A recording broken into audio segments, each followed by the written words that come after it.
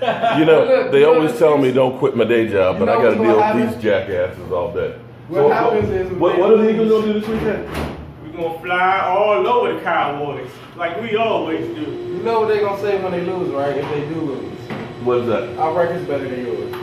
Of course. But here's the interesting thing, because see, you Eagles guys have been coming at us and talking about how bad the Cowboys are. Only 2 playoff wins the last 20 years. You guys suck. But see, here's one of those interesting facts, and I know you Eagles don't understand facts. Would you believe that you guys right now are 3rd in the playoff drought? You guys haven't won a playoff game since 2008. And although my Cowboys suck, you know one of those 2 victories that the Dallas Cowboys had in the playoffs was against, wait for it now, the Philadelphia Eagles. So Eagles, fly on that one.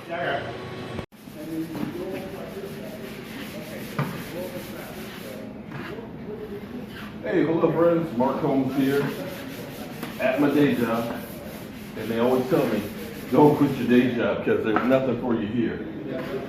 But it's all good because we got today and tomorrow at the day job, and then we jet out to Dallas, and it is on like Donkey Kong, man.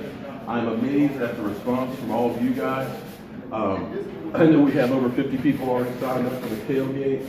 I know a lot of you guys are going to be coming for the live stream Friday night from Tailgate Tavern. It's going to be a great time, man. Hopefully we can spread some mojo for our Dallas Cowboys. And we're going to need it because I'm afraid we're going to have a lot of Eagle fans showing up. All right, perfect. And then you got the other small print there with the other things, all the drivers marked up on. It's kind of amazing to me the arrogance of these Eagles out there. I know they've had a great season so far. They're 8-1. They're flying high. They're signing people left and right. They look like the team to beat. And we'll have to see what happens the second half of the season. Now, my question is, this season has not gone the way any of us would have hoped after last year's 13-3. You know, we've had the whole drama with Zeke Elliott, and we've had, you've got to say, some close coaching errors as well. And I'm beginning to wonder, is it time to start taking a look hard at Jason Garrett? I know it doesn't mean anything if I say it. It's only Jerry Jones. But we can still talk about it. And the thing about it is, everybody likes Jason Garrett. I like Jason Garrett. He's a nice guy. But for whatever reason, it seems like when things are hard or difficult, everything has to be perfect or else the Cowboys can't do anything. I mean, literally. We lose Tony Romo, oh, season's gone. You lose Sean Lee, oh, can't win on the defense. Sean Lee's not there. You lose Tyron Smith, nobody can block. Now, you guys know I'm a student of history. And what it reminds me of is Union General George B. McClellan. George B. McClellan was loved by his troops. When you talk about marching and looking perfect, boom, those guys knew how to march, man. They were the prettiest soldiers there in the Civil War. But the problem for McClellan was, unless everything was perfect, he couldn't fight. Let me give you an example. About an hour north from where I am here, Washington, D.C., Robert E. Lee took all of his forces north into Maryland. And he scattered them because they were out foraging. So basically they had pockets of 10, 12,000 soldiers separated. Well, Lee's battle orders were actually found by some of McClellan's men, wrapped around cigars. He knew exactly where all of Lee's forces were divided. He had 80,000 men, and he could have picked them off one by one by one. But instead of attacking right then and there and going for the jugular, he wrote back to Lincoln and said, I need more men. I need more men. We can get Lee, but I need more men.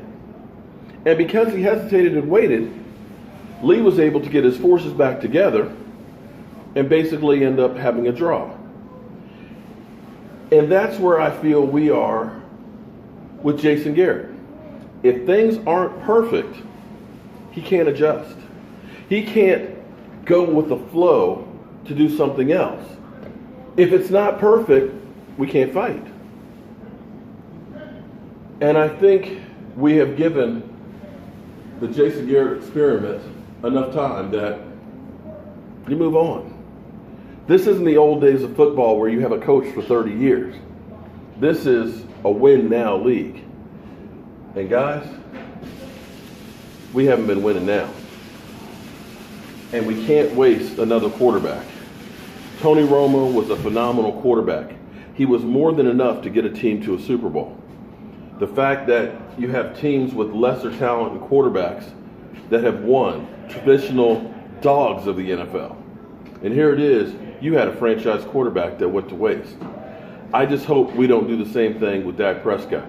Because what we had happen last week, the fact that Chaz Green was literally getting eaten from the first quarter on, that you didn't adjust, you didn't say, I need a running back to go ahead and chip the man to help him out.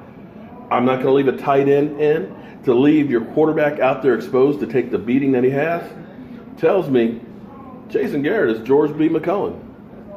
I got a battle plan. We're going to go exactly with it, and I need more men. It just ain't working that way in the NFL. You got to make do with what you have, and you got to be able to adjust to stuff out on the battlefield. And we need to really, or I should say, Jerry, you really need to take a hard look at that and figure out if this really is the guy. I've got doubts. But I'm going to Dallas, and I'm going to be standing there defending my Dallas Cowboys.